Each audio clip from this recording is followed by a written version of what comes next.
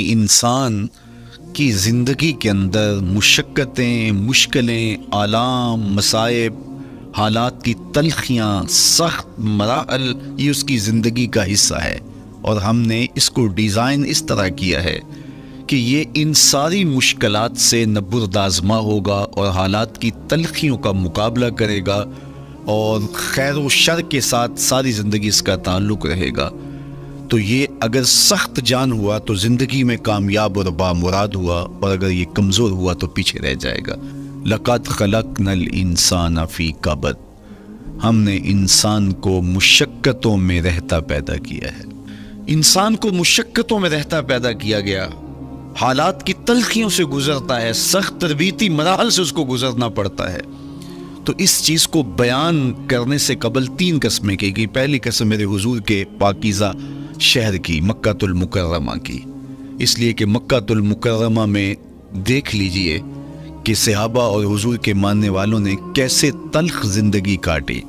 شجر اسلام ثمر بار ہوا، تو ہمیں تو یہ کھلے ہوئے پھول دکھائی دیتے ہیں، لیکن ہم نہیں بھول سکتے کہ بلال حبشی کی پیٹھ پہ کیسے کوڑے برسے اور احد احد کیسے پکارتے رہے۔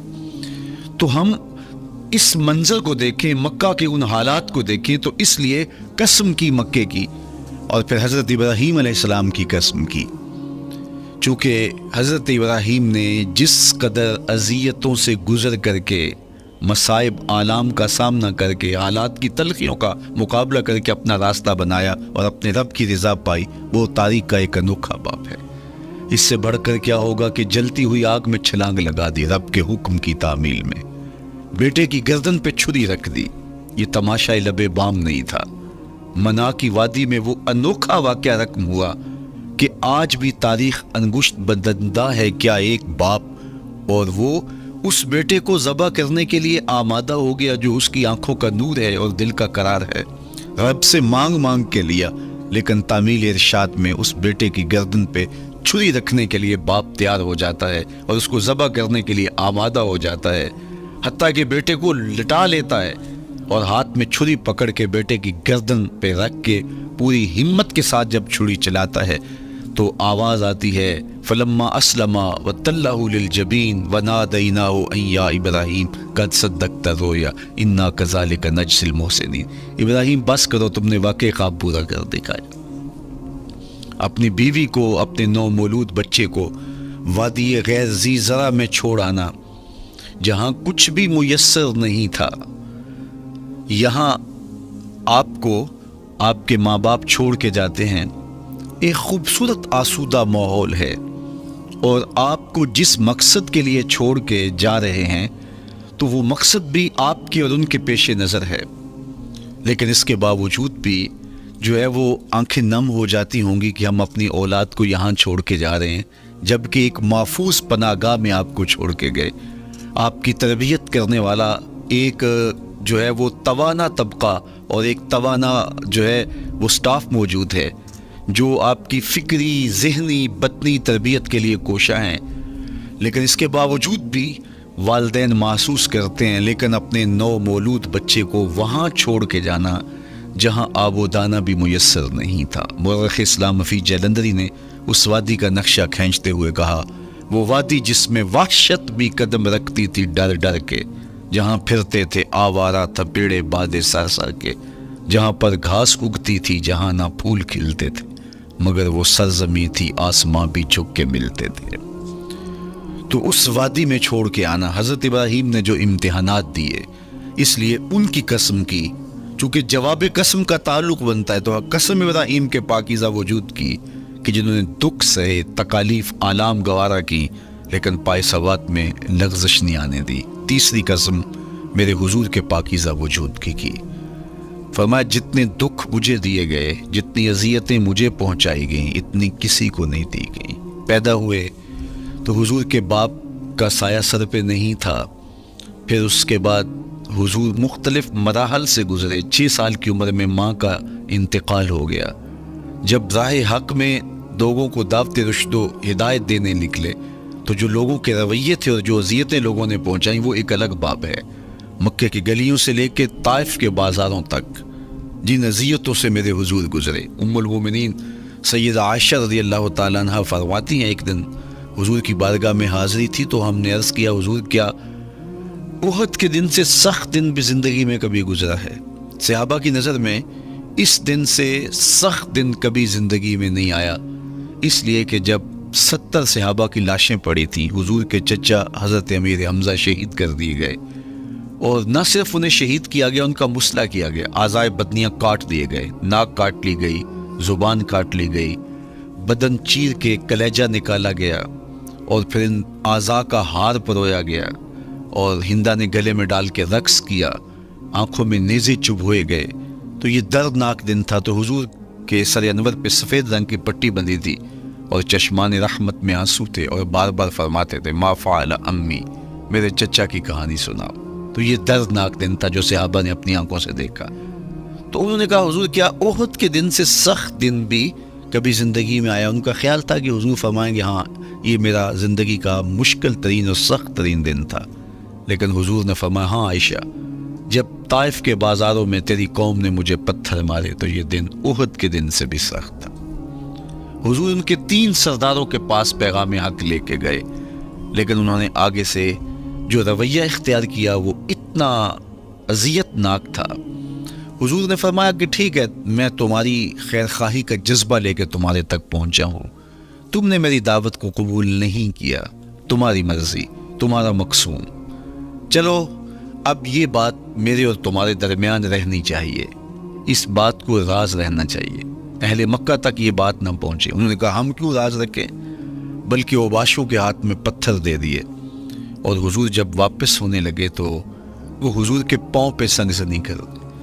حضور اپنا ایک پاؤں اٹھاتے تو دوسرے پاؤں پہ مارتے. شدت درد اور احساس کرب سے حضور بیٹھ جاتے تو ان کے غنڈے دائیں بائیں سے بڑھتے اور کندھوں سے پکڑ کے حضور کو اٹھاتے اور مشق سنسنی کرتے. نالین خون سے بھر گئے، لخت لخت زخمی ہوا. اللہ اکبر، کیا دردناک لمحے تھے، کیا تکلیف بری گھڑیاں تھی. تو کہا کہ جب طائف کے بازاروں میں تیری قوم نے مجھے پتھر مارے تو یہ دن احد کے دن سے بھی سخت تھا.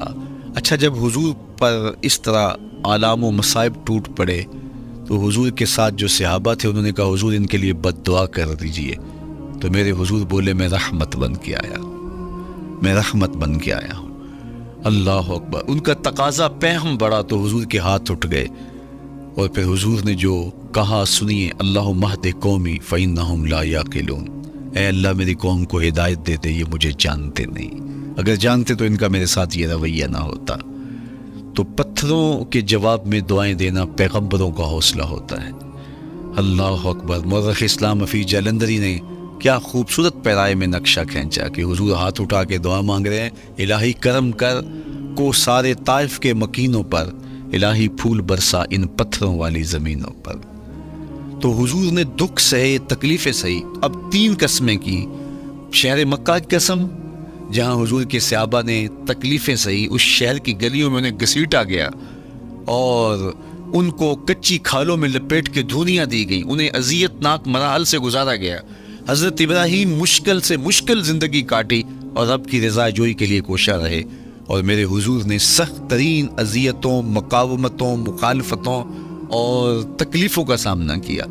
تو ان 3 چیزوں کا حوالہ دے کر، ان 3 چیزوں کی قسم کر کے اب انسان کو بتایا جا رہا ہے کہ تم مشکلات سے تمہیں گزرنا پڑے گا، حالات کی تلخیاں تمہیں سہنی پڑیں گی.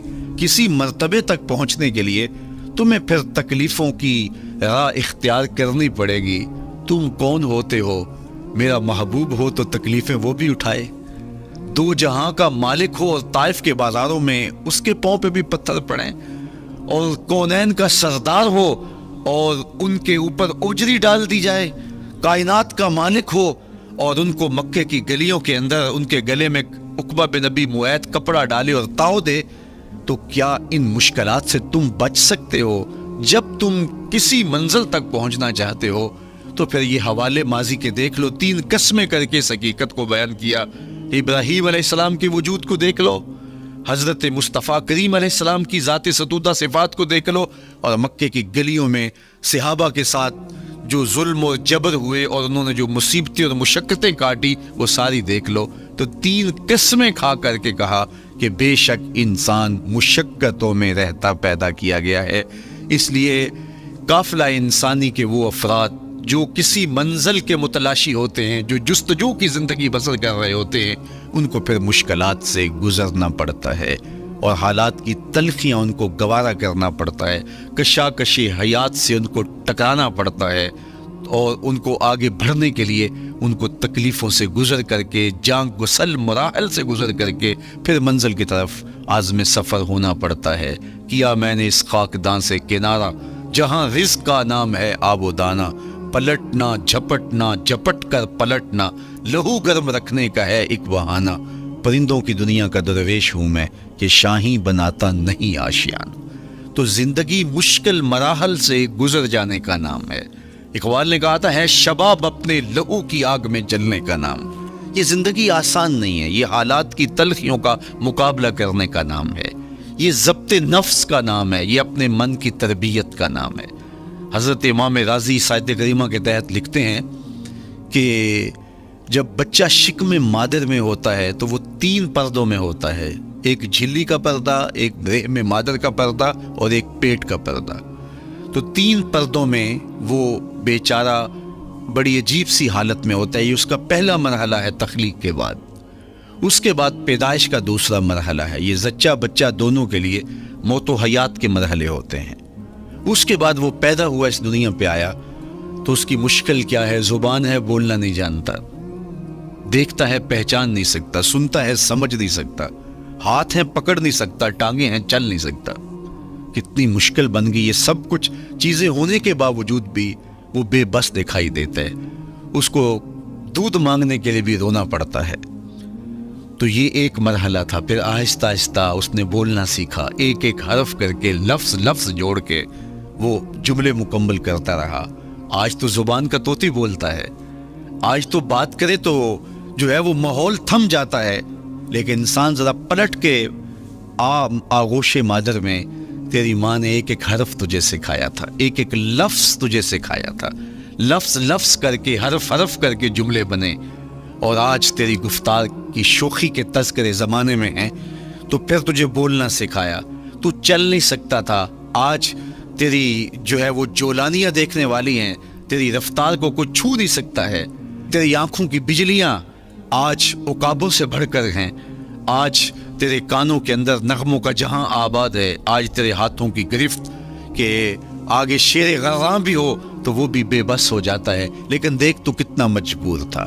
اچھا چلو وہاں سے آگے آئے، پھر زندگی کو سیکھنا پڑتا ہے، آداب سیکھنے پڑتے ہیں، کس سے کیا بات کرنی ہے سیکھنا پڑتا ہے، آگے بڑھے، جوانی کی دہلیز پہ پہنچے۔ جوانی انسان کی زندگی کا باقپن ہوتا ہے، عروج ہوتا ہے، اللہ اکبر، لیکن جوانی کو تقدس معاب رکھ کے منزل تک پہنچانا یہ سب سے مشکل مرحلہ ہوتا ہے، چونکہ جذبات بے قابو ہیں، خواہشیں آوارہ ہیں، اور تا حد نظر نظارے ہی نظارے جو دل کو کھینچتے ہیں۔ اب اپنے تقدس کو جو شخص محفوظ رکھے، کائنات میں سب سے قیمتی جوہر حضرت انسان کا اس کی عصمت کا جوہر ہے، اور سب سے حسین چہرہ وہ ہے جو جنسی کالک سے اپنے آپ کو بچا لے۔ تو جوانی ہو، باقپن ہو، اور پھر اپنی خواہشات کو بے قابو نہ ہونے دیا جائے، سب سے مشکل مرحلہ پوری زندگی میں یہ آتا ہے۔ کسی نے کہا تھا کتاب زیست کا ایک اور باب بیت گیا، شباب بیت گیا، ایک عذاب بیت گیا۔ تو شباب کا ختم ہونا اور اس کو خیریت سے منزل تک پہنچنا، یہ کتنا بڑا مشکل مرحلہ ہوتا ہے، جس کا جوانی میں باطن کا چہرہ مسخ ہو جاتا ہے اور جنسی کالک سے جو چہرہ آلودہ ہو جاتا ہے، اس کا عفت کا دامن داغدار ہو جاتا ہے۔ تو اس لیے وہ چہرہ تاباں ہے، وہ چہرہ روشن ہے، وہ چہرہ منور ہے جو اپنے آپ کو کالک نہیں لگنے دیتا اور اپنی عصمت کی حفاظت کرتا ہے۔ میرے حضور نے بھی ارشاد فرمایا، سبعۃ یظلھم اللہ تعالی فی ظلہ یوم لا ظل الا ظلہ، 7 اشخاص ایسے ہیں قیامت کے دن جب کوئی سایہ نہیں ہوگا، اللہ ان کو اپنے عرش کا سایہ عطا کرے گا۔ ان میں سے پہلا شخص امام عادل، عادل حکمران، دوسرا شخص وشاب نشأ فی عبادت اللہ، وہ جوان جس کی جوانی اللہ کی عبادت میں بسر ہوئی۔ تیسرا وہ شخص ورجل قلبہ معلق بالمساجد، وہ شخص جس کا دل مسجد میں لگتا ہے، مسجد میں جمتا ہے۔ اور چوتھا شخص ورجل دعتہ امرأۃ ذات منصب وجمال فقال انی اخاف اللہ، وہ شخص جس کو دعوت گناہ ملی اور حسن قدموں میں بچھنے کے لیے بےتاب ہوا، اور اس نے کیا کہا؟ انی اخاف اللہ، میں اللہ سے ڈرتا ہوں، میرا اللہ مجھے دیکھ رہا ہے۔ میرے حضور نے فرمایا قیامت کے دن جب کوئی سایہ نہیں ہوگا، اللہ اس کے اوپر اپنے عرش کا سایہ تان دے گا۔ جو اپنی عصمت کے جوہر کو بچا گیا، تو یہ ایک مشکل مرحلہ تھا اپنی جوانی کے تقدس کی حفاظت کرنا۔ میرے حضور نے ارشاد فرمایا انا حبیب اللہ، میں اللہ کا حبیب ہوں۔ جو جوان جوانی میں توبہ کرتا ہے وہ بھی اللہ کا حبیب ہے۔ کتنا بڑا اعزاز ہے اور کتنا بڑا کمال ہے جو شخص کو ملتا ہے جو جوانی میں اپنی عصمت کے تقدس کی حفاظت کرتا ہے، اپنی آبرو پہ پہرا دیتا ہے، اپنی نظروں کی حفاظت کرتا ہے، اپنی سوچوں کو آوارہ نہیں ہونے دیتا، اپنے خیالوں کو پٹکنے نہیں دیتا، اپنی خواہشات کو بے قابو نہیں ہونے دیتا۔ تو یہ مشکل ترین لمحہ تھا۔ اس کے بعد امام راضی کہتے ہیں اب شادی کا مرحلہ ہوا، تو پہلے خود اپنی ذمہ داری تھی، اب کسی کا بوجھ بھی اٹھانا پڑا، یہ اگلی مشکل آ پڑی۔ پھر بچے ہوئے تو پھر اپنی زندگی تو ختم ہو گئی، پھر ساری زندگی، پھر بڑھاپے میں چلے جائیں، ارذل العمر تک چلے جائیں، یہ ساری زندگی مشکلات۔ لقد خلقنا الانسان فی کبد۔ تو ہمیں عملی طور پہ مشکلات کے مقابلے کے لیے تیار ہونا چاہیے۔ دیکھیے ہم جب شکار کرنے جاتے ہیں اور وہ خطرناک جنگل ہو جس میں شیر، بھیڑی اور دیگر جانور بھی ہوں، تو پھر ہم حفظ ما تقدم کے طور پہ سب کچھ ساتھ لے کے جاتے ہیں اور اس انداز سے جاتے ہیں کہ ہمارے اوپر اگر کوئی حملہ ہو تو بچاؤ کی یہ تدبیر ہو۔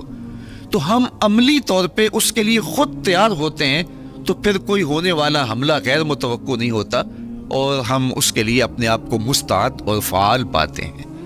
اسی طرح میں اور آپ اگر زندگی کے اس فلسفے سے آگاہ نہیں ہوں گے کہ زندگی مشکلات کا مجموعہ ہے، حالات کی تلخیاں ساری زندگی ہمارے ساتھ رہیں گی، تو کوئی بھی تکلیف، کوئی بھی اذیت، کوئی بھی ایسا واقعہ جو ہم نہیں چاہ رہے ہوں گے عروج پذیر ہوگا تو ہم گھبرا جائیں گے اور پھر اس وقت ہم دکھی ہو جائیں گے۔ اس لیے ہمیں یہ قرآن نے سکھایا ہے کہ تم عملی طور پہ زندگی کی سختیوں کا مقابلہ کرنے کے لیے آمادہ اور تیار ہو جاؤ۔ قرآن مجید میں جو صبر کا لفظ ہے اس کا مفہوم یہ ہے کہ حالات کی جو تلخیاں تمہارے اوپر آتی ہیں، وہ غربت بھی ہو سکتی ہے، وہ بیماری بھی ہو سکتی ہے، وہ لوگوں کی عداوت اور دشمنی بھی ہو سکتی ہے، وہ اور بہت ساری چیزیں ہوتی ہیں، وہ جنگوں کی حالت کا بپا ہو جانا اور تمہارا دشمنوں کے نرغے میں گر جانا، یہ سب کچھ ہو سکتا ہے۔ تو اس کے اوپر استقامت کے ساتھ تم کھڑے رہو اور تم ان کو برداشت کرنے کی اپنے اندر ہمت اور حوصلہ رکھو، تو پھر وہ تمہارا صبر ہوگا، اور یہ قوت اگر تمہارے اندر پیدا ہو جاتی ہے تو پھر تمہاری زندگی آسان اور سوکھی ہو جاتی ہے۔ لیکن اگر یہ دولت تمہیں نصیب نہیں ہوتی تو پھر ساری زندگی دکھوں اور شکموں سے بھری رہتی۔ اس لیے ہمیں یہ چیز سیکھ لینی چاہیے کہ زندگی نام ہی مشکلات سے نبرد آزما رہنے کا ہے۔ عملی طور پہ ہم دیکھو، ہمیں پتہ ہے سردی آ رہی ہے تو اس کا ہم پہلے انتظام کرتے ہیں، تو سردی ہمیں دکھی نہیں پھر کرتی، ہم سردی سے بھی لطف لیتے ہیں، موسم برسات سے بھی مزہ لیتے ہیں، اور گرمی سے بھی ہم ایک حاص حاصل کر لیتے ہیں اگر ہم اس کو جو ہے اس کے لیے عملی طور پہ اپنے آپ کو تیار کر لیں۔ لیکن اگر ہم اس کے لیے تیاری نہیں کریں گے تو سوائے گھبراہٹ کے اور کچھ نہیں ہوگا۔ تو مجھے اور آپ کو عملاً اپنے آپ کو اس بات کے لیے آمادہ کرنا پڑے گا کہ زندگی ان حالات کی تلخیوں سے ٹکرانے کا نام ہے، اور ساری زندگی ہمیں ان مراحل سے گزرتے رہنا پڑے گا۔ اور قرآن نے جو ہے وہ 3 قسمیں کر کے، اور 3 قسمیں بھی شہر مکہ کی اور محبوب کریم کے پاکیزہ وجود اور جناب ابراہیم علیہ السلام کی، تاکہ تمہیں پتہ چلے جب ان کو بھی ان مراحل سے گزرنا پڑا میں اور آپ کیا بیچتے ہیں۔ اس لیے ہمیں اپنی زندگی کو ان راہوں پہ ڈالتے ہوئے صبر اور استقامت، اب صبر اور استقامت کی دولت ہمیں کیسے نصیب ہوگی، یہ دولت کس طرح، یہ قوت راسخہ ہمارے اندر کیسے پیدا ہوگی، اور کس طرح ہمارے من کے اندر یہ چیزیں سمائے گی۔ اللہ تعالیٰ کی خشیت، اس پر توکل، اس پر بھروسہ، اور اللہ تعالیٰ جل شانہ کی طرف سے ہر کام کے ہونے کا یقین ہمارے اندر یہ استقامت اور یہ حوصلہ پیدا کرتی ہے یہ چیز۔ اس لیے مجھے اور آپ کو اپنی پوری زندگی میں اس عمل سے گزر کر کے اپنے آپ کو مضبوط ترین صورتحال میں لا کے کھڑا کرنا پڑے گا، اور یہی زندگی کا جمال ہے۔ تو اب پھر دیکھیے قرآن کیا کہہ رہا ہے، لا اقسم بہذا البلد وانت حل بہذا البلد ووالد وما ولد، 3 قسمیں کی۔ اس کے بعد ارشاد فرمایا لقد خلقنا الانسان فی کبد، ہم نے انسان کو مشکلوں میں، مصائب میں، آلام میں رہتا ہوا پیدا کیا۔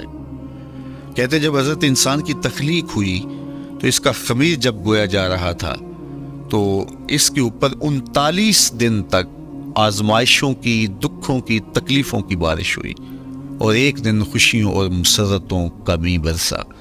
تو انسان کی زندگی کے اندر حالات سے ٹکرانا اور دکھوں کو سہنا اور دکھوں سے مقابلہ کرنا یہ سیکھنا پڑے گا، اور جب انسان اس کو عملی طور پر سیکھ جائے گا تو پھر زندگی کا جمال اور زندگی کا حسن نصیب ہوگا۔